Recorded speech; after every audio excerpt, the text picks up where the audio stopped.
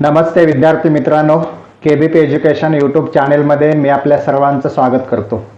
आज आपण बघणार आहे अर्थशास्त्रातील एक महत्त्वाचा घटक, नवीन आर्थिक धोरण म्हणजेच न्यू इकॉनॉमिक पॉलिसी। खरं म्हणजे भारताच्या अर्थक्षेत्राला, अर्थव्यवस्थेला चालना देणारी अतिशय महत्त्वाची आणि मैलाचा दगड मानली गेलेली अशी एक सुधारणा म्हणून ओळखली जाते। कारण 1947ला भारताला स्वातंत्र्य मिळालं आणि देशासमोर अनंत अडचणी होत्या। त्या अडचणीतून मार्ग काढत काढत साधारणपणे 1970-80च्या दशकापर्यंत आपण आलेलो होतो आणि जगामध्ये बऱ्याच देशांनी न्यू इकॉनॉमिक पॉलिसी ॲक्सेप्ट केलेली होती, नवीन आर्थिक धोरणाचा स्वीकार पण केलेला होता आणि बऱ्याच प्रमाणामध्ये त्या देशांनी आपल्या देशामध्ये म्हणजे त्यांच्या देशामध्ये प्रगतीची दारं खुली केलेली होती। आपल्या देशाला 1980 पासून साधारणपणे 1990च्या दशकामध्ये जी काही आर्थिक टंचाई भासली, ज्या काही आर्थिक समस्या उभा झाल्या, ज्या काही आर्थिक अडचणी उभ्या राहिल्या आपल्या देशासमोर, त्यामुळं भारतीय राज्यकर्त्यांचे डोळे खाडकन उघडले आणि त्यांनी असा निर्णय घेतला की या बदलत्या जगाबरोबर आपण जायला पाहिजे। न्यू इकॉनॉमिक पॉलिसी, नवीन आर्थिक धोरण आपण स्वीकारायला पाहिजे।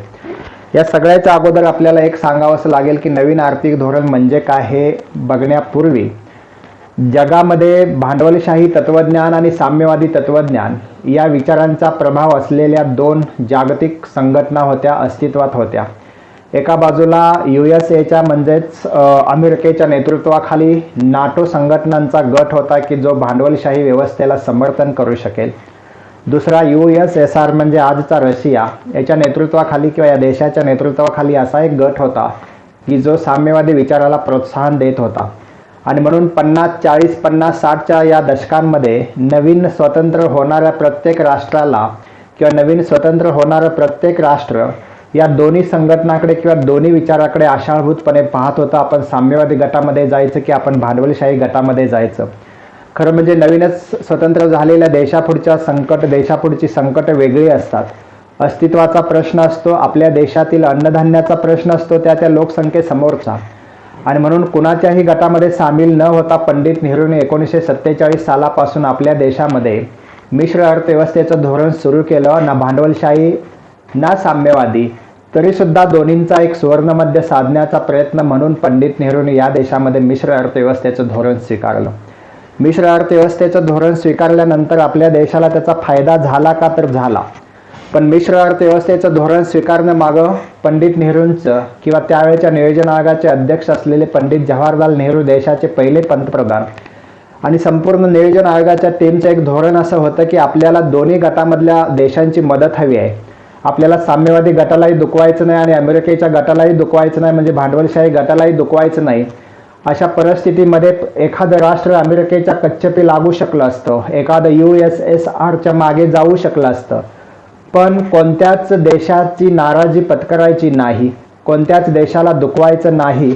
याच्याशिवाय तिसरा महत्त्वाचा मुद्दा असा याच्यामध्ये होता की या जगामध्ये नवनिर्माण झालेल्या, या जगामध्ये नवस्वातंत्र्यवादी देशांना एक वेगळं व्यासपीठ उपलब्ध करून देण्याच्या दृष्टिकोनातून पंडित नेहरूंनी पुढे जाऊन बेलग्रेड परिषदेमध्ये अलिप्ततावादी राष्ट्र संघटनेची स्थापना केली। पण त्याच्याही अगोदर सोव्हिएत युनियन असेल, USA असेल म्हणजेच अमेरिका असेल, या दोन्ही देशाशी आपले संबंध चांगल्या पद्धतीचे होते। मात्र त्या देशांच्या दृष्टिकोनातून भारताकडं जर बघितलं तर त्यांचे महत्त्वाचे मुद्दे त्या ठिकाणी उपस्थित होतात। महत्त्वाची गोष्ट अशी आहे की भारताची नवीन पॉलिसी किंवा नवीन आर्थिक धोरण किंवा न्यू इकॉनॉमिक पॉलिसीचा विचार करत असताना भारताने मिश्र अर्थव्यवस्थेचा प्रसार आणि प्रचार केला देशामध्ये। म्हणजे एका बाजूला खाजगी उद्योगांना सुद्धा आपण मान्यता दिली, एका बाजूला सार्वजनिक उद्योगांना सुद्धा मान्यता दिली। जे उद्योगधंदे महत्त्वाचे वाटत होते, जी क्षेत्र आपल्याला महत्त्वाची वाटत होती, अशी क्षेत्र आपण राखीव ठेवली, म्हणजे सार्वजनिक उद्योगामध्ये ठेवली। त्याच्यामध्ये लोह पोलाद असेल, रेल्वे असेल, ऊर्जा असेल, वीज असेल, या सगळ्या संरक्षण क्षेत्रामध्ये तयार होणारे काही उत्पादने असतील, या सगळ्यांच्या वरती सार्वजनिक क्षेत्रामध्ये म्हणजे भारत सरकारचं कंट्रोल राहिलेलं होतं। दुसरी गोष्ट, अनेक क्षेत्रामध्ये खाजगी उद्योग सुद्धा पुढे आलेले होते। म्हणजे एकाच वेळेला सार्वजनिक उद्योगाला मदत करायची, एकाच वेळेला सार्वजनिक उद्योगाच्या क्षेत्राचा विस्तार करायचा आणि त्याच वेळेला खाजगी उद्योगांना सुद्धा प्रोत्साहित करायचं। म्हणजेच ज्या क्षेत्रामध्ये सार्वजनिक उद्योग महत्त्वाचे आहेत किंवा जी क्षेत्र भारताच्या सुरक्षेच्या दृष्टिकोनातून महत्त्वाचे आहेत, अशा क्षेत्रामध्ये सार्वजनिक उद्योगांना महत्त्वाचं स्थान द्यायचं आणि संरक्षणाच्या दृष्टिकोनातून, देशाच्या सार्वभौमत्वाच्या दृष्टिकोनातून जी क्षेत्रे महत्त्वाची नाहीत अशा क्षेत्रामध्ये आपल्या अगदी खाजगी उद्योगांना प्रोत्साहित करायचं आणि अशा पद्धतीनं खाजगी आणि साधारणपणे सार्वजनिक क्षेत्राचा सुवर्णमध्य साधण्याच्या निमित्तानं मिश्र अर्थव्यवस्थेचा प्रयोग भारतानं अगदी सक्सेसफुली केलेला आपल्याला दिसून येतो. त्याच्यामध्ये काही त्रुटी राहिल्या असतील, पण भारताचा विकास, भारत विकासाच्या दृष्टिकोनातून पाहिलं तर विकसनशील देश होईपर्यंत किंवा विकसनशील आणि विकसित देश होण्याच्या निमित्तानं आपण जर आज त्याचं थोडंसं अवलोकन केलं, आज आपण थोडंसं त्याचं मूल्यमापन केलं तर निश्चितपणानं मिश्र अर्थव्यवस्थेनं भारताला तारलेलं दिसून येतं, भारताला विकासाच्या पथावरती किंवा विकासाच्या मार्गावरती पुढं नेलेलं दिसून येतं. आणि म्हणून टोटली नियोजन जे 1947 पासून भारतानं जे स्वीकारलेलं होतं त्याच्यावरती टीका करण्यामध्ये अनेक अर्थतज्ञ टीका करतात, पण टीका करण्या इतपत त्याचे फायदे पण आपण बघितले पाहिजेत. आणि म्हणून त्या कालावधीमध्ये ते निर्णय आपण घेतले, ते संयुक्तिक होते असं मानून भारताच्या विकासाला चालना देणाऱ्या या निर्णयामध्ये मिश्र अर्थव्यवस्थेचं योगदान कोणालाही नाकारता येत नाही. खरं संकट सुरू झालं ते 1980च्या दशकामध्ये, 70च्या दशकामध्ये.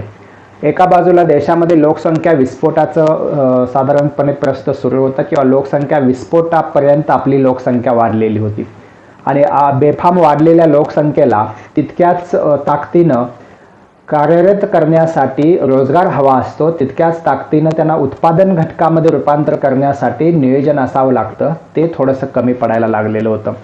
70 ते 80च्या दशकामध्ये तुम्हाला माहिती असेल, साधारणपणे 70 ते 80च्या दशकामध्ये चीननं ज्यावेळेला न्यू इकॉनॉमी पॉलिसी स्वीकारली आणि जगाच्या बाजारपेठेशी स्वतःला जुळवून घेण्याचा साम्यवादी देश असून सुद्धा प्रयत्न केला, तो देशाचा विकास होण्याच्या दृष्टिकोनातून, कारण अशी वेळ आलेली होती की कोणताही देश जगापासून अलिप्त राहू शकत नाही.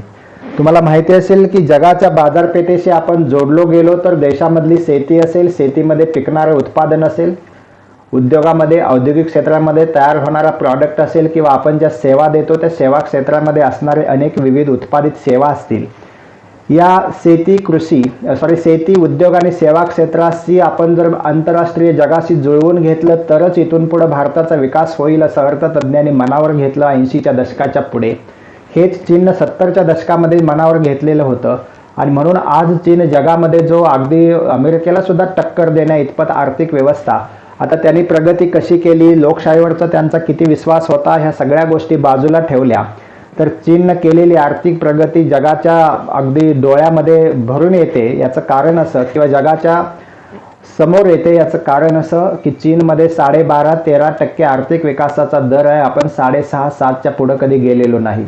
आणि म्हणून चीननं जे प्रोडक्शन हब त्यांच्या देशामध्ये तयार केलेलं आहे, चीनने त्यांच्या देशामध्ये उत्पादकांची जी साखळी निर्माण केलेली आहे आणि प्रचंड वाढलेल्या लोकसंख्येला जे काम देऊन उत्पादित क्षेत्रावरती जास्त भर देऊन आजही आपण पाहतो की जगाच्या बाजारपेठेमध्ये चीनी उत्पादनाने धुमाकूळ घातलेला दिसून येतो. आज आपण टॅब वापरतो, मोबाईल वापरतो, अगदी दिवाळीला फोडणारे फटाके सुद्धा वाजवतो, ते सगळे चीनी आहेत. चीनी वस्तू अगदी खाद्यपदार्थामध्ये सुद्धा आपण चायनीजला प्रेफरन्स देतो. म्हणजे चीनी वस्तूंनी आपल्या किचनपर्यंत, आपल्या अगदी घरापर्यंत येण्याचं काम केलेलं आपल्याला दिसून येतं. आणि म्हणून आपण ज्या वस्तू घेतो, अगदी लिहिण्याच्या पेनपासून असेल, अगदी साधारणपणे मोठ्या किंवा कॉम्प्युटर्स असतील, वेगवेगळ्या उत्पादित वस्तू असतील, त्या चीनी वस्तूंनी संपूर्ण बाजारपेठा भरलेल्या दिसतात. याचा अर्थ चीनमध्ये प्रोडक्शन हब तयार झालेला आहे, चीनमध्ये प्रोडक्शन संस्था उभा राहिलेल्या आहेत आणि चीनमध्ये जेवढं प्रोडक्शन होतं त्यांनी संपूर्ण जगाची बाजारपेठ व्यापलेली दिसते आणि त्याच्यामधून पैशाचा जो ओघ, परकीय चलनाचा ओघ चीनकडे आलेला आहे. आणि म्हणून चीन आज महाशक्ती होण्याची भाषा करतच महाशक्ती होण्याच्या अगदी टोकापर्यंत आलेला आपल्याला दिसून येतो. भारताच्या बाबतीमध्ये आपण बघितलं तर आपल्याकडे सुरुवातीला मिश्र उद्योग होते, म्हणजे सुरुवातीला सार्वजनिक उद्योग होते, खाजगी उद्योग होते, दोन्ही उद्योग होते. सार्वजनिक क्षेत्रानं खाजगी क्षेत्रामध्ये आणि खाजगी क्षेत्रानं सार्वजनिक क्षेत्रामध्ये हस्तक्षेप करायचा काय संबंध येत नाही. आणि म्हणून प्रायव्हेट जे काय उद्योगपती असतील, प्रायव्हेट, त्यांनी त्यांचे उद्योग सुरू करावेत. सरकारनं काही सरकारची मालकी असलेले उद्योग या देशामध्ये होते. पण पहिली अगदी 50 ते 60, 60 ते 70 आणि 70 ते 80 या 33 वर्षाच्या कालावधीमध्ये सार्वजनिक उद्योगावरती जास्तीत जास्त आपण भर दिला. अगदी लोह पोलादापासून सूतगिरण्यांच्यापर्यंत म्हणजे कापड उद्योग असेल, सिमेंट उद्योग असेल, अणुऊर्जा उद्योग असेल, सगळ्या उद्योगांमध्ये सार्वजनिक क्षेत्राला आपण प्राधान्य दिलेलं होतं. कारण सार्वजनिक क्षेत्रातले उद्योग हे सरकारचे लाडके उद्योग म्हणून गणले जातात. आणि म्हणून त्यावेळेला काही खाजगी उद्योगांनी टाटा असतील, अंबानी असतील, या वेगवेगळ्या क्षेत्रामध्ये काम करणारे अगदी वेगवेगळे इंडस्ट्रियलिस्ट ग्रुप आहेत आपल्या देशामध्ये, जे चांगल्या पद्धतीनं खाजगी क्षेत्रामध्ये, खाजगीकरणामध्ये किंवा खाजगी उद्योगामध्ये काम करत होते अगदी सुरुवातीपासून. म्हणूनच अगदी JRD टाटांनी सुद्धा स्वातंत्र्य मिळायच्या अगोदरपासून देशामध्ये उद्योगांचं जाळं विणायला सुरुवात केलेली होती. आणि म्हणून खाजगी उद्योजकाकडे बघण्याचा दृष्टिकोन आणि सार्वजनिक क्षेत्राकडे बघण्याचा दृष्टिकोन थोडासा असा होता की नफ्यासाठी खाजगी उद्योग आहे आणि ना नफा ना तोटा, याच्यासाठी सरकारचं म्हणलं की सगळं चालतं, अशा पद्धतीने सार्वजनिक उद्योगाशी बघण्याची लोकांची भूमिका निर्माण झालेली होती. आणि म्हणून 1980च्या दशकामध्ये जेव्हा आपण येऊन पोहोचलो तेव्हा देशाची परिस्थिती, एका बाजूला लोकसंख्या वाढलेली, अन्नधान्याची टंचाई होती, दुसऱ्या बाजूला रोजगार नव्हता. आणि म्हणून गरिबी हटावची घोषणा 1971 अगदी 4थ्या पंचवार्षिक योजनेमध्येच आपण द्यायला सुरुवात केली आणि वेगवेगळे रोजगार निर्मितीचे प्रयत्न सुरू केले. त्याच्यामधूनच रोजगार हमी योजना असेल, वेगवेगळ्या काम देणाऱ्या योजना सुरू केल्या. आणि म्हणून 70-80च्या दशकामध्ये आपल्याला अशी अडचण निर्माण झाली की या सगळ्या युवा वर्गाला, सगळ्या तरुण पिढीला काम देण्यासंबंधीची भूमिका शासनाला घ्यावी लागली. आणि जग ही बदलत होतं, जगामध्ये सुद्धा आंतरराष्ट्रीय मार्केट तयार होत होतं. त्या त्या देशातल्या शेतीमध्ये पिकणारे उत्पादन असेल, त्या त्या देशाच्या कारखानदारीमध्ये तयार होणाऱ्या वस्तू असतील, निर्माण होणाऱ्या सेवा असतील, यांनी जगाची बाजारपेठ भरत चाललेली होती. आणि म्हणून भारताला जगाच्या या बाजारपेठेपासून, भारताला लिबरलायझेशनपासून, भारताला जागतिकीकरणापासून आणि भारताला खाजगीकरणापासून वेगळं राहणं मुश्किल होत चाललेलं होतं. अशातच वर्ल्ड ट्रेड ऑर्गनायझेशन असेल, IMF असेल, वर्ल्ड बँक असेल, या सगळ्या संस्थांचा, आंतरराष्ट्रीय संस्थांचा दबाव हिंदुस्थानवरती होता की तुम्ही आर्थिक पॉलिसी, नवीन आर्थिक धोरण स्वीकारायला पाहिजे. नवीन आर्थिक धोरण स्वीकारायला पाहिजे याचा दुसराही अर्थ किंवा ह्यासाठी काही कारणं अशीही होती की देशामध्ये प्रचंड भाववाढ वाढायला सुरुवात झालेली होती. पदार्थांच्या, वस्तूंच्या, जीवनावश्यक वस्तूंच्या किमती वाढत होत्या आणि त्यामुळे सगळीकडे असंतोष निर्माण होत. म्हणजे उत्पादनांची टंचाई होती, लोकांना हव्या असणाऱ्या वस्तूंची टंचाई होती, साठेबाजी झालेली होती, नफेबाजी झालेली होती. आणि म्हणून अतिशय अस्वस्थ असणारं हे दशक होतं 80 ते 90चं दशक. आणि याच दशकामध्ये शेवटी जे व्हायचं तेच झालं. साधारणपणे 90-91च्या दरम्यान आखातामध्ये युद्ध, त्याला खाडी युद्ध म्हणतात, सुरू झालं आणि देशामध्ये पेट्रोल डिझेलच्या किमतींचा भडका उडाला आणि महागाईनं अत्यंत कळस घातला. कधी नव्हे एवढी महागाई वाढली, महागाईची वर्ष निर्माण व्हायला लागली, अभूतपूर्व परिस्थिती निर्माण झाली. एक आठवडा पुरेल इतपत सुद्धा परकीय व्यापारासाठी आपल्याकडे परकीय चलन नव्हतं, परकीय गंगाजळी नव्हती, फॉरेन इन्व्हेस्टमेंट नव्हती आपल्याकडे. आणि म्हणून परकीय चलनाचा अभाव होता. त्याचबरोबर प्रचंड वित्तीय तूट, येणाऱ्या राजकीय क्षेत्रामध्ये सुद्धा अस्थिरता होती. अगदी VP सिंगांचं सरकार होतं, विश्वनाथ प्रताप सिंगांच्या नंतर आलेलं सरकार चंद्रशेखरांचं सरकार होतं, अनेक पक्षांचं सरकार होतं, एकमेकाच्या पाठिंब्यावरती आलेली सरकारं होती. आणि म्हणून एका बाजूला राजकीय अस्थिरता आणि दुसऱ्या बाजूला आर्थिक ही अव्यवस्था किंवा त्याला आपण म्हणतो आर्थिक टंचाई, आर्थिक बेशिस्त देशामध्ये निर्माण झालेली होती. व्यापारामध्ये तर प्रतिकूल व्यापारानं हद्द केलेली होती. आपला व्यापार 2 वर्ष सोडली, 72, 73 आणि 78, 79, तर आपला व्यापार कधीही अनुकूल नव्हता. आज सुद्धा आपला व्यापार प्रतिकूल आहे. याचा अर्थ असा, आपली आयात जास्त आहे आणि निर्यात कमी आहे. ज्या देशाची निर्यात जास्त असते आणि आयात कमी असते तो देश विकासाच्या मार्गावरती बिनधास्तपणे चालू शकतो. आणि म्हणून ज्या देशाची निर्यात जास्त असते, परकीय चलन ज्या देशामध्ये जास्त येतं, त्या देशाची अर्थव्यवस्था ही मजबूत असते. भले आपल्या अर्थव्यवस्थेचा आकार देशात जगाच्या पातळीवरती जर बघितलं तर पहिल्या 8-10 देशांमध्ये असेल, पण भारतामध्ये वेगवेगळ्या देशाशी तुलना केली तर आपण आजही आर्थिक क्षेत्रामध्ये भले कुणी काही म्हणत असले तरी सुद्धा जगाच्या तुलनेमध्ये आपण मागे आहोत, मेन देशांच्या तुलनेमध्ये. आणि म्हणून एका बाजूला प्रतिकूल व्यापार, दुसऱ्या बाजूला वेगवेगळ्या उत्पादित वस्तूंची टंचाई, त्याच्या क्वालिटी, गुणवत्तेची हमी नव्हती. याच्याशिवाय सार्वजनिक क्षेत्रामधला तोटा वाढत होता, आंतरराष्ट्रीय दबाव होता, प्रचंड वित्तीय तूट होती आणि परकीय चलनाचा तुटवडा जाणवत होता. अशा परिस्थितीमध्ये खाडी युद्ध 1991ला सुरू झालं. देशावरती दबाव वाढायला लागला. अगदी भारताच्या फॉरेन पॉलिसीला विपरीत धोरण चंद्रशेखरांना स्वीकारावं लागलं. ते म्हणजे अमेरिकेच्या विमानांना हिंदुस्थानमध्ये लढाईसाठी जाण्यासाठी जागा उपलब्ध करून द्यावी लागली विमानतळावरती तेल भरण्यासाठी. म्हणजे अशा संपूर्ण दबावाच्या परिस्थितीमध्ये सरकार काम करत असताना 1991 मध्ये पी.व्ही. नरसिंहरावनी ज्यावेळेला राजीव गांधींची हत्या झाली श्रीलंकेमध्ये आणि पी.व्ही. नरसिंहराव काँग्रेसचे पंतप्रधान बनले, त्यावेळेला त्यांनी आणि मनमोहन सिंग त्यावेळेला होते, अशा दोघांनी मिळून या देशामध्ये आर्थिक सुधारणा राबवायचा एक धाडसी निर्णय घेतलेला होता.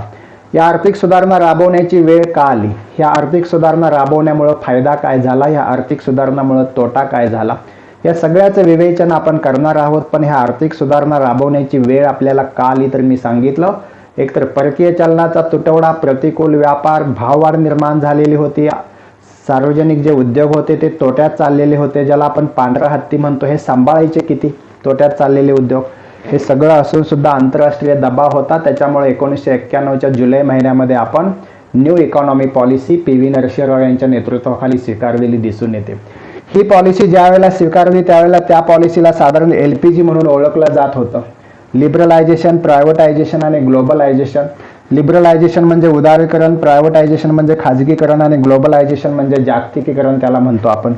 उदारीकरणाचा अर्थ असा की आपलं धोरण लिबरल असायला पाहिजे, उदार असायला पाहिजे. या देशामध्ये अनेक परकीय कंपन्या यायला उत्सुक होत्या, कारण या देशामधली वाढती लोकसंख्या, वाढत्या लोकसंख्येची विविध वस्तूंची असणारी गरज असेल, विविध सेवांची गरज असेल, उत्पादनांची गरज असेल, याच्यासाठी मार्केट म्हणून भारताकडे बघण्याचा दृष्टिकोन आंतरराष्ट्रीय कंपन्यांचा तयार झालेला होता. आणि म्हणून अमेरिकेची लोकसंख्या 20 कोटी, भारताची लोकसंख्या जवळजवळ 100-125 कोटीपेक्षा जास्त.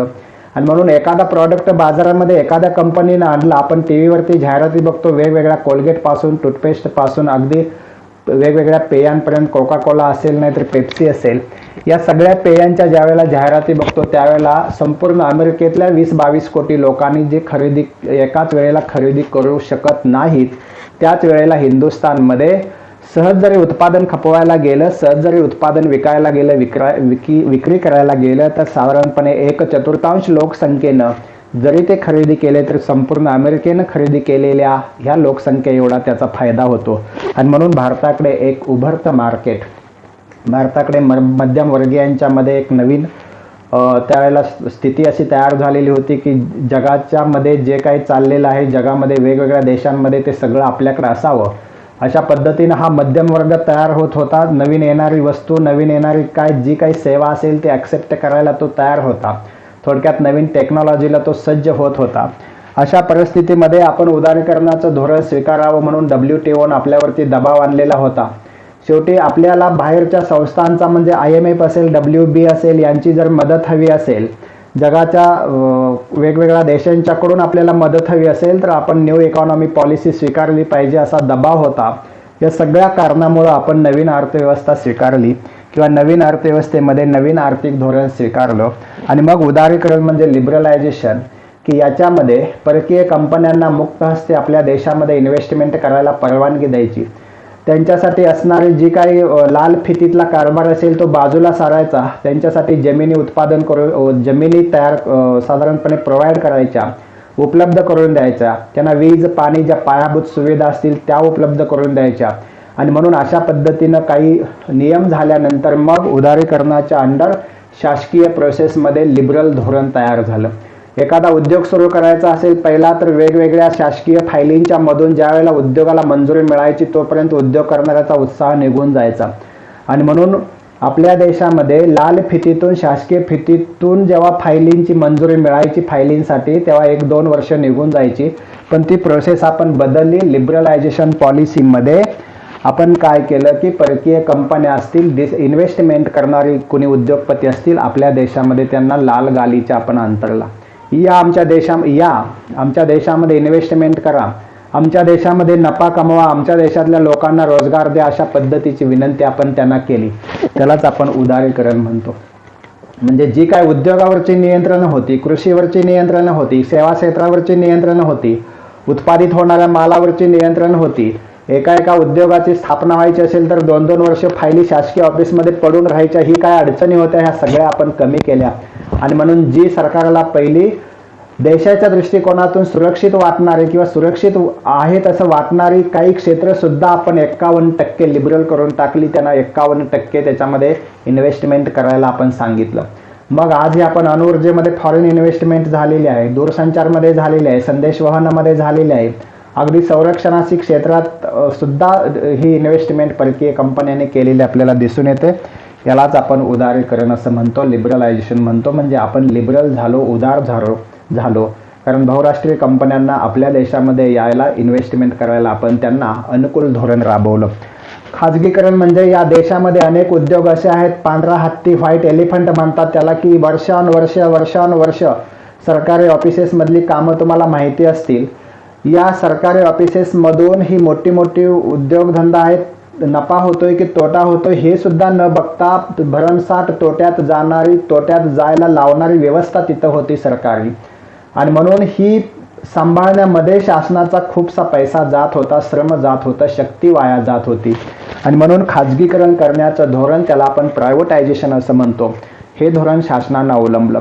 जे उद्योग तोट्यात आहेत, मग कोणताही उद्योग असू द्या सार्वजनिक क्षेत्रामधला, त्याचं डिसइन्व्हेस्टमेंट करायचं, गुंतवणूक त्याच्यामधली काढून घ्यायची आणि खाजगी उद्योगांना ते विकायचे. त्याच्यामधून येणारा पैसा राष्ट्रीय संपत्ती म्हणून घोषित करायचा, फॉरेन करन्सीमध्ये जमा करायचा. आणि म्हणून त्याला खाजगीकरण असं नाव दिलं गेलं, प्रायव्हेटायझेशन. मोठ्या मोठ्या उद्योगांचं प्रायव्हेटायझेशन करायची सुरुवात केली गेली. तिसरा महत्त्वाचा मुद्दा, त्याला आपण ग्लोबलायझेशन म्हणतो. ग्लोबलायझेशनला नाव आहे जागतिकीकरण मराठीमध्ये. जगाच्या बाजारपेठेशी आपण जोडलो गेलो. ही न्यू इकॉनॉमी पॉलिसी स्वीकारण्या पाठीमागं हे सुद्धा होतं की आपल्या देशातल्या उत्पादनांना, आपल्या देशातली जी तयार होणारी साखर आहे, आपल्या देशामध्ये तयार होणारा कापूस आहे, कापड आहे, आपल्या देशामध्ये वेगवेगळी पिकं तयार होतात, फळे तयार होतात, या सगळ्यांना मार्केट उपलब्ध व्हावं आपल्या देशामध्ये, कमीत कमी किमतीनं ते लोकांच्यापर्यंत, ग्राहकांच्यापर्यंत पोचावं. उद्या जर आपल्या देशामध्ये साखर निर्मितीचे कारखाने आहेत आणि आपल्या देशातला साखर निर्मिती उद्योग किंवा साखर कारखानदारीचा उद्योग जर टिकून राहायचा असेल तर शासनाचं संरक्षण पाहिजे, ही भूमिका होती. आणि आपल्या देशातली साखर समजा 35-40 रुपये किलोनं जात असेल आणि उद्या ब्राझीलमधली साखर आपल्या देशामध्ये आली तर ब्राझीलमधली साखर समजा 25-30 रुपयानं जर मिळायला लागली तर आपल्या देशामधली साखर कोणी ग्राहक खरेदी करणार नाही. आणि म्हणून आपल्या देशातली साखर निर्यात करायला सुद्धा आपल्याला जमणार नाही. आपल्या देशातल्या साखर उद्योगाचं कंबरडं मोडून जाईल असा पहिला आपण विचार करत होतो. आणि म्हणून आज ज्यावेळेला आपण ग्लोबलायझेशन स्वीकारलं, ज्यावेळेला आपण जागतिकीकरण स्वीकारलं, त्यावेळेला निश्चितपणाने एक सांगता येईल की आपल्या देशातले जे उद्योग आहेत, सेवा आहेत, आपल्या देशातली जी कृषी उत्पादनं आहेत त्याची क्वालिटी सुधारायला पाहिजे. जर युरोपमध्ये विकायची असतील, अमेरिकेमध्ये विकायची असतील, चीन, जपानमध्ये विकायची असतील आपली उत्पादने, तर त्यांची क्वालिटी सुधारली पाहिजे. आणि ही क्वालिटी सुधारली तरच जगामध्ये वेगवेगळ्या देशामध्ये उत्पादित होत असलेली पीक पद्धती असेल, उत्पादित होत असलेले प्रॉडक्ट असतील, वस्तू सेवा असतील, त्यांच्याशी तुलना करता आपल्या देशातल्या उद्योगांना कात टाकायला पाहिजे. शेतकऱ्यांनी नवीन नवीन पीक पद्धती वापरून उत्पादन केलं पाहिजे आणि ते आंतरराष्ट्रीय बाजारपेठेमध्ये टिकलं पाहिजे. अशा दृष्टिकोनातून एक स्पर्धात्मक आणि सकारात्मक उद्योग इथं निर्माण झाला, त्यालाच आपण जागतिकीकरण म्हणतो. आपल्या देशामध्ये वेगवेगळ्या मालाचा पूर आला. आपल्या देशातला माल जसा युरोपमध्ये जाऊ लागतो जसा चीनमध्ये जाऊ लागतो तसा आपण चीनी मालाला अडवू शकत नाही. तसा आपण साधारणपणे युरोपीय देशातला माल आपल्याकडे आला तर आपण अडवू शकत नाही. आणि म्हणून जगाची संपूर्ण बाजारपेठ एक होण्याच्या दृष्टिकोनातून जागतिकीकरण ही कन्सेप्ट अवलंबला गेला. आणि म्हणून ज्या वेळेला आपल्या देशामध्ये एखाद्या देशाचा माल येऊ द्यायचा नसेल तर त्याच्यावरती जकात आपण, टॅरिफ आपण टाकतो किंवा वाढवतो, कर वाढवतो की जेणेकरून सीमेवरतीच तो दर महागला पाहिजे आणि जेणेकरून आपल्या देशातलाच माल देशामध्ये खपेल. अशा पद्धतीची धोरणं अलीकडे चालत नाहीत. याचं कारण असं, गॅट आणि WTO ही संघटना, गॅटचं रूपांतर साधारणपणे 1995 1 जानेवारीला WTO म्हणजे वर्ल्ड ट्रेड ऑर्गनायझेशनमध्ये झालेलं होतं. गॅटची स्थापना 47 साली झाली. 23 राष्ट्रांनी ही स्थापना केलेली होती. त्याच्यामध्ये भारत गॅटचा सदस्य होता. गॅट म्हणजे GATT, general agreement on trade and tariff. गॅटची स्थापना 23 देशांनी केली. भारत संस्थापक सदस्य आहे. 1 जानेवारी 1995ला गॅटचं रूपांतर WTO मध्ये झालं आणि याच WTOनं अनेक नियंत्रणं देशोदेशीच्या व्यापारामध्ये आणली. संपूर्ण देशाचं व्यापार नियंत्रित करणारं किंवा कोणत्या देशांनी, सदस्य राष्ट्रांनी कोणते नियम पाळायला पाहिजेत, कोणत्या जबाबदाऱ्या उचलायला पाहिजेत, कोणती नियंत्रणं त्यांच्यावरती असायला पाहिजेत, या संबंधीचं एक धोरण WTOनं राबवलं आणि त्याची अंमलबजावणी करण्याची हमी प्रत्येक सदस्य राष्ट्रांनी दिली आणि मग हे LPG धोरण अंमलात आलं. हे धोरण अंमलात आणल्यानंतर एकच उदाहरण देतो, मग तुमच्या बदल लक्षात येईल. ह्या सगळ्या प्रायव्हेटायझेशन असेल, लिबरलायझेशन असेल, ग्लोबलायझेशन असेल, याच्यामुळं काय बदल झाला. पूर्वी आपल्याकडे साधारणपणे 90च्या अगोदर प्रिया नावाची स्कूटर असायची किंवा बजाज यांनी निर्माण केलेली, बजाज उद्योगानं निर्माण केलेली प्रिया स्कूटर असायची. ज्याला ती स्कूटर घ्यायची असेल त्याला 1 वर्ष 1.5 वर्ष आधी बुकिंग करावं लागायचं आणि मग त्याचा नंबर आला की त्याला ती प्रिया स्कूटर मिळायची. त्यावेळेला राजदूत असेल, HD असेल, अशी बऱ्याच 2 व्हीलर वाहनांची रेलचेल नव्हती, पण टंचाई होती, पण गाड्या मिळत होत्या, पण कधी मिळतील हे सांगता येत नव्हतं. त्याच्यासाठी आधी बुकिंगची प्रोसेस असायची, 1 1.5 2 वर्षाने नंबर यायचा. ज्यावेळेला आपण हे LPG धोरण स्वीकारलं, हे नवीन आर्थिक धोरण स्वीकारलं, त्यावेळेला होंडा असतील, हिरो असतील, यामा असतील, वेगवेगळ्या देशांमध्ये तयार होणाऱ्या 2 व्हीलर्स आपल्या देशामध्ये उपलब्ध झाल्या आणि मग प्रिया स्कूटरला जे संरक्षण होतं देशाचं ते नष्ट झालं आणि मग लोकांच्या पुढे वेगवेगळे पर्याय निर्माण झाले. लोक म्हणायला लागली, मग प्रिया स्कूटर कशाला घ्या, यामा घ्या, राजदूत घ्या किंवा दुसरी होंडाची घ्या, अगदी रॉयल एनफिल्ड घ्या. वेगवेगळ्या त्यांच्याकडे चॉईस आल्या. ह्या फक्त गाड्यांच्या बाबतीमध्ये नाही. आज जर आपण मार्केटमध्ये 2 व्हीलर घ्यायची असेल, आज मार्केटमध्ये तुम्हाला वाहन बाजारामध्ये असेल किंवा न्यू ह्याच्यामध्ये तुम्हाला जर 4 व्हीलर घ्यायची असेल, काही घ्यायचं असेल, तर आज तुमच्या पुढे जे ऑप्शन आहेत ते तुम्ही तपासू शकता. मला ही गाडी नको, ही पाहिजे, ही नको, ती पाहिजे. जी चांगली मिळेल, गुणवत्तेची मिळेल ती आपण घेतो आणि मग ती देशी आहे का विदेशी आहे हा बघायचा संबंध येत नाही आणि म्हणून ग्राहकाच्या पुढे अनेक चॉईस निर्माण झाले. हे सगळ्या किराणा मालापासून कपड्यांपर्यंत, सौंदर्य प्रसाधनांपासून अगदी विमान वगैरे, हेलिकॉप्टर यांच्यापर्यंत, संरक्षण साहित्यापर्यंत. आज आपण फ्रान्सचं राफेल घेतो, रशियाचं सुखोई 30 घेत नाही आपण, कारण तुलना करतो. आपण पहिलं रशियाचंच घेतलं पाहिजे असं आपल्यावरती बंधन होतं, ते आपण पाळत होतो. आज अमेरिका त्याचं प्रॉडक्ट बाजारामध्ये आणतंय, फ्रान्स त्याची राफेल विमानं बाजारामध्ये आणते, अमेरिका त्याची फायटर बाजारामध्ये आणते. उद्या रशियाचे येतील, चीनचे येतील, जपानचे येतील, इटलीचे येतील, नेदरलँडचे येतील. भारतानं कोणती खरेदी करायची किंवा भारत ही एखादं स्वतःचं निर्माण करू शकतो ब्रह्मासारखं क्षेपणास्त्र. तर या पद्धतीलाच आपण जागतिकीकरण, ग्लोबलायझेशन म्हणतो. सगळ्यांनी याच मार्केटमध्ये या, कुठेही जावा जगामध्ये, कोणतीही वस्तू विका, पण तुमच्या वस्तूची गुणवत्ता पाहिजे, खात्री पाहिजे. आणि म्हणून याच सगळ्या प्रोसेसला आपण उदारीकरण, खाजगीकरण आणि जागतिकीकरण म्हणतो. हे नियंत्रित करणारी एक संघटना, एक व्यासपीठ आहे. 1 जानेवारी 1995ला WTO म्हणून ओळखलं जातं आणि म्हणून या WTOच्या ज्या अटी आहेत त्या अटी आपण सही करून आपल्या व्यापार मंत्र्यांनी असेल, अर्थमंत्र्यांनी असेल स्वीकारलं. नाहीतर 1991ला कितीतरी टन सोनं आपण इंग्लंडच्या बँकेमध्ये घाण ठेवला, आपण परकीय चलन उपलब्ध केलं, कारण आपला अर्थव्यवस्थेचा गाडा रुतलेला होता. कशामध्ये? तोट्यामध्ये रुतलेला होता, अडचणीमध्ये होता, समस्येमध्ये होता आणि त्याच्यामधून जर बाहेर पडायचं असेल तर आपण जगाशी जोडलं जाणं आवश्यक होतं. कदाचित त्याचे आज आपल्याला फायदे दिसून येत आहेत. वेगवेगळ्या क्षेत्रामध्ये आपण काय केलेलं आहे, प्रगती केलेली दिसून येते. न्यू इकॉनॉमी पॉलिसीमध्ये आपण मौद्रिक धोरण वेगळं केलं, म्हणजे बदललं. चलन निर्मितीचं धोरण बदललं. जगाच्या बाजारपेठेशी सुसंगत असं मौद्रिक धोरण की जे व्यापाराशी रिलेटेड असेल. शासनाचा पहिला त्याच्यामध्ये जास्तीत जास्त हस्तक्षेप होता. आज पेट्रोल डिझेलच्या किमती कमी जास्त होतात. कशामुळे? आंतरराष्ट्रीय बाजारपेठेमध्ये जसं हे असेल त्या पद्धतीनं. सोन्या चांदीच्या किमती आंतरराष्ट्रीय बाजारपेठेनुसार बदलतात. वेगवेगळ्या वस्तू सेवा उत्पादनांच्या किमती बदलतात आणि म्हणून मौद्रिक धोरण आपण जगाच्या बाजाराशी जोडलं. वित्तीय धोरण बदललं. विनिमय दराचं धोरण सुद्धा आपण बदललं, कारण विनिमय दर काही बाबतीमध्ये आपण बघतो की विनिमय दर किती असावा, कसा असावा हे आपण आंतरराष्ट्रीय बाजारपेठेचा अभ्यास करून ठरवतो. अगदी औद्योगिक धोरण असेल, व्यापार धोरण असेल, सेज आपण निर्माण केलं, स्पेशल इकॉनॉमिक झोन निर्माण केले व्यापारासाठी, उद्योगासाठी. सार्वजनिक क्षेत्रातलं धोरण जे फायद्यात असतील तेवढीच ठेवली आणि जे फायद्यात असून सुद्धा जे देशाच्या हिताशी संबंधित आहेत तेवढेच आपण ठेवले आपल्याकडे. आणि सार्वजनिक क्षेत्रामध्ये जास्तीत जास्त परकीय गुंतवणूक कशी येईल हेच धोरण आपण स्वीकारलं.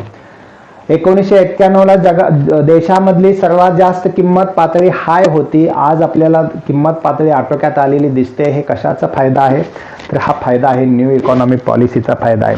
जकात धोरण आपण स्वीकारलं, कारण जकात धोरणामध्ये पहिला आपण अतिशय स्ट्रिक्ट जकात धोरण होतं.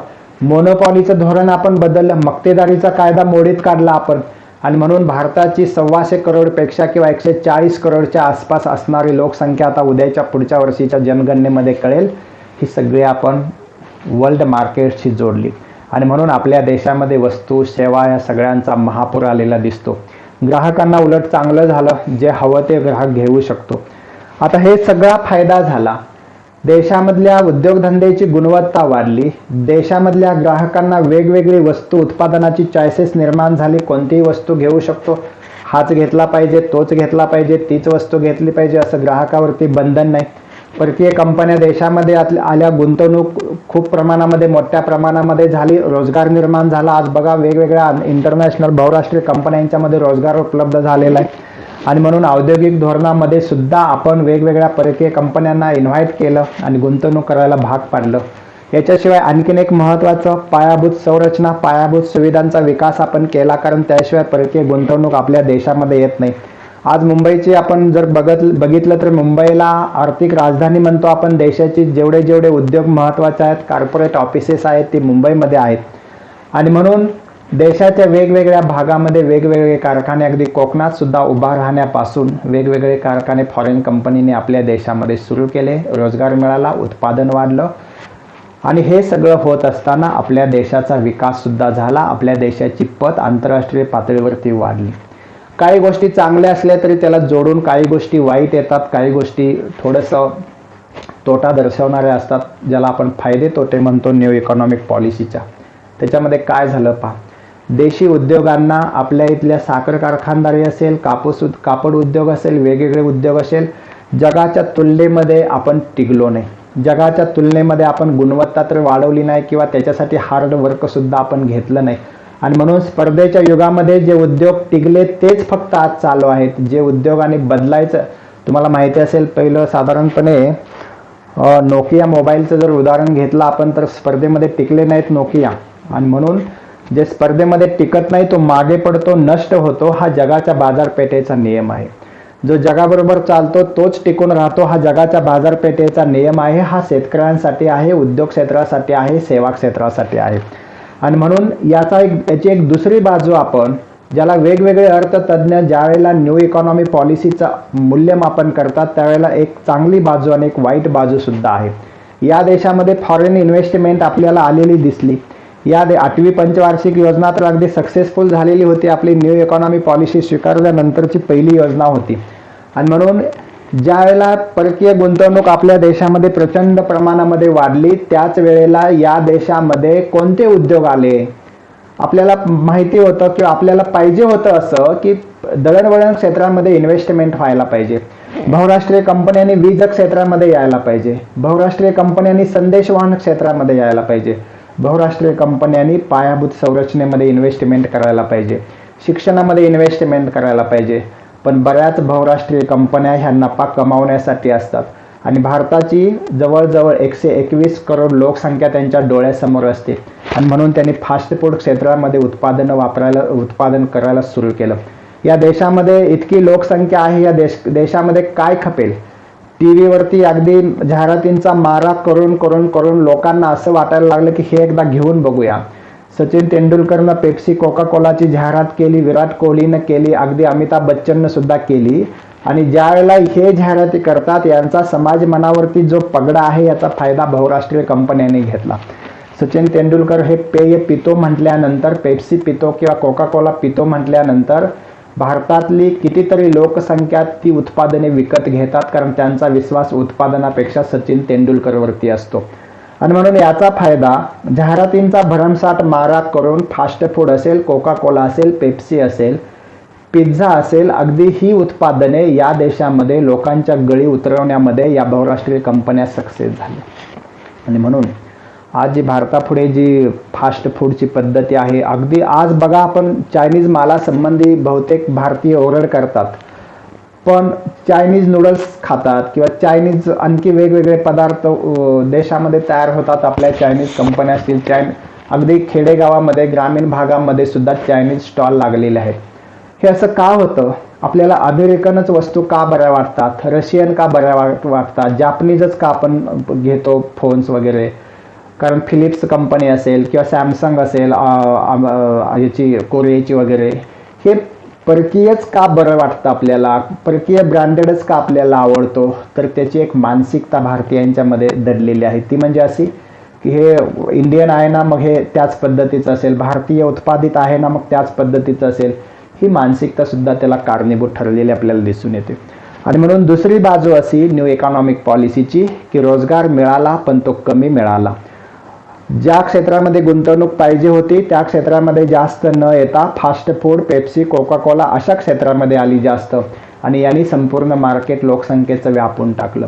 आणि ती वेगवेगळ्या दूरसंचार क्षेत्रांमध्ये आली म्हणण्यापेक्षा थोडंसं काय म्हणतो आपण की लोकांच्या वरती जाहिरातींचा मारा करून लोकांच्या गळी उतरवण्यात आलेली वस्तूंची उत्पादने या संबंधामध्ये बहुराष्ट्रीय कंपन्यांनी आघाडी घेतली.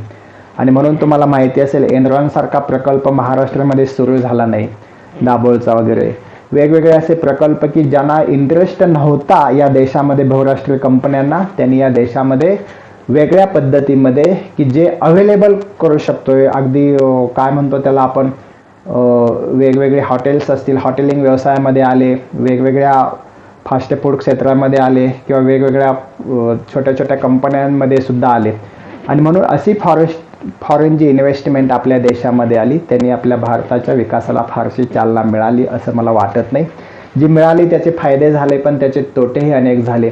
आणि म्हणून 8वी 9वी पंचवार्षिक योजना झाल्यानंतर या न्यू इकॉनॉमी पॉलिसीचं जे खरं धोरण होतं किंवा न्यू इकॉनॉमी पॉलिसीच्या मागं लपलेली जी बहुराष्ट्रीय कंपन्यांची पॉलिसी होती फक्त नफा कमावणे, ही पॉलिसी हळूहळू उघड होताना दिसत आहे.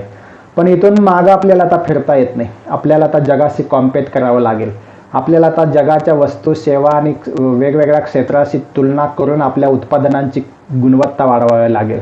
आपल्या देशामधलं शिक्षण असेल, आपल्या देशामध्ये शेतकरी पिकवत असलेला माल असेल, त्याची गुणवत्ता वाढवूनच आपल्याला तो माल जागतिक बाजारपेठेमध्ये द्यायला पाहिजे. आणि म्हणून जगाच्या तुलनेमध्ये कुठेही कोणत्याही क्षेत्रामध्ये कमी न पडता आपण जर आपल्या देशातल्या लोकसंख्येपुढे उत्पादक पद्धतीचा, उत्पादक घटकाचा रोजगार जर ठेवला की जेणेकरून हाताला काम पण मिळेल, टेक्नॉलॉजी पण मिळेल, परकीय चलन पण आपल्याला मिळेल, आपण आणि जगाच्या बाजारपेठेमध्ये जर भारतीय वस्तू जास्तीत जास्त यायच्या असतील तर ह्या न्यू इकॉनॉमी पॉलिसीच्या पाठीमागं जे काय फायदा तोटा, नफा तोट्याचं गणित असेल तर ते समजावून घेऊन आपला शेतकरी, आपला उद्योजक आणि आपला सेवा देणारा जो कोणी असेल ते टिकले पाहिजेत जगाच्या बाजारपेठेमध्ये. अशा दृष्टिकोनातून आपण बदलत्या जगाबरोबर बदलायला पाहिजे.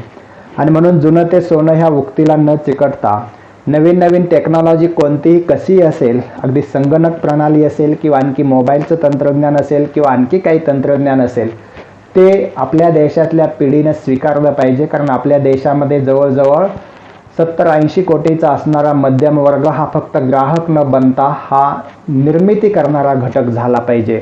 आणि म्हणून वापरता वापरता आपणही काही निर्माण केलं पाहिजे की ज्याला जगाच्या बाजारपेठेमध्ये व्हॅल्यू असेल, आणि तरच भारतामध्ये परकीय चलन येईल. फार पूर्वी आपण म्हणत होतो की भारत म्हणजे सोन्याची, काय म्हणतो त्याला, चिडिया, सोने की चिडिया भारताला म्हटलं जायचं.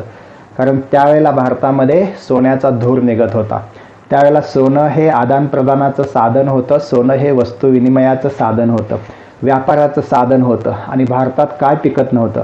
भारत हा इतका मोसमी प्रदेशात असल्यामुळं प्रचंड कृषी अर्थव्यवस्था आपल्या देशामध्ये आहे. प्रत्येक पीक आपल्या देशामध्ये घेतलं जातं. आपल्या देशामध्ये नीळ पिकवली जात होती. आपल्या देशामधले मसाल्याचे पदार्थ युरोपमध्येच नव्हे तर संपूर्ण जगामध्ये प्रसिद्ध होते, त्याला मागणी होती जास्त. आपल्या देशामधलं कापड, धाक्याची मलमल आंतरराष्ट्रीय बाजारपेठेमध्ये त्यावेळेला संपूर्ण जगामध्ये प्रसिद्ध होती. आणि म्हणून हस्तव्यवसाय असेल, कुटीरोद्योग असेल, भारतामधले सगळे व्यवसाय, उद्योग असेल, तंत्रज्ञान असेल, भारताचं तंत्रज्ञान किंवा उद्योग किंवा शेतीची उत्पादने त्यावेळेला जगामध्ये फार मागणी होती, प्रसिद्ध होती.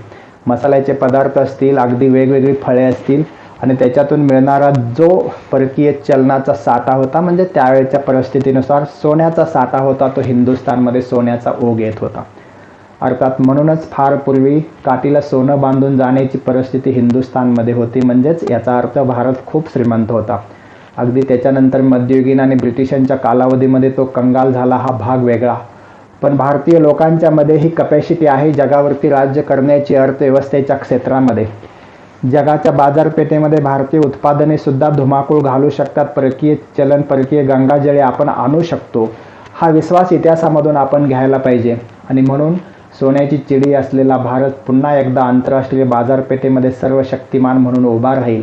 त्यासाठी आपल्याला स्पर्धक व्हायला पाहिजे, त्यासाठी आपल्याला मैदानात उतरायला पाहिजे, त्यासाठी आपल्याला नव उद्योजकतेनं विचार करायला पाहिजे, नवनिर्मितीचा ध्यास घ्यायला पाहिजे. तरच आपण न्यू इकॉनॉमी पॉलिसीमधून काहीतरी शिकलो असं होईल. आणि म्हणून वेगवेगळ्या आपल्या देशातल्या कंपन्यांनी जगाच्या बाजारपेठेवर नियंत्रण मिळवायचं असेल आणि देशाला महासत्ता म्हणून उभा करायचं असेल, तर नवनिर्मितीचा ध्यास घेतलेला जो मध्यम वर्ग आहे किंवा नवनिर्मितीचा ध्यास घेतलेल्या तरुण तरुणींच्या पुढे इनोव्हेशनच्या माध्यमातून असेल, स्टार्टअपच्या माध्यमातून असेल, पण मनापासून यांना, या युवक युवतींना साथ दिली पाहिजे आणि पुढं निर्माण केली जाईल अशी भारताचीच नवीन न्यू इकॉनॉमिक पॉलिसी आपण निर्माण करायला पाहिजे. तरच आपण या सगळ्या अर्थव्यवस्थेच्या स्पर्धेमध्ये टिकू शकू. कारण आज जो सक्षम आहे त्यालाच मित्र असतात, जो सक्षम आहे त्याच्याच उत्पादनांना मागणी असते. गुणवत्ता असेल तरच उत्पादनांना मागणी असते. आणि म्हणून सर्व शक्तिमान व्हायचं असेल अमेरिकेसारखं, सर्व शक्तिमान व्हायचं असेल शेजारच्या चीनसारखं, तर आपल्याला न्यू इकॉनॉमी पॉलिसीमधून आपण आर्थिकदृष्ट्या सक्षम व्हायला पाहिजे. अगदी सक्षम तर व्हायला पाहिजेच, पण आंतरराष्ट्रीय बाजारपेठेवरती आपलं कंट्रोल पाहिजे. तशी उद्योजकांची फळी देशाच्या वेगवेगळ्या कानाकोपऱ्यातून निर्माण व्हायला पाहिजे, एवढं मात्र नक्की. मित्रांनो, मला वाटतं बऱ्यापैकी तुम्हाला समजलं असेल. जय हिंद, जय महाराष्ट्र. आपल्याला MPSCच्या वेगवेगळ्या परीक्षांसाठी, UPSCच्या मुख्य परीक्षांसाठी असेल किंवा वेगवेगळ्या कॉम्पिटेटिव्ह एक्झामसाठी ही न्यू इकॉनॉमी पॉलिसी अत्यंत महत्त्वाची आहे, एवढं मात्र लक्षात ठेवा. धन्यवाद. जय हिंद.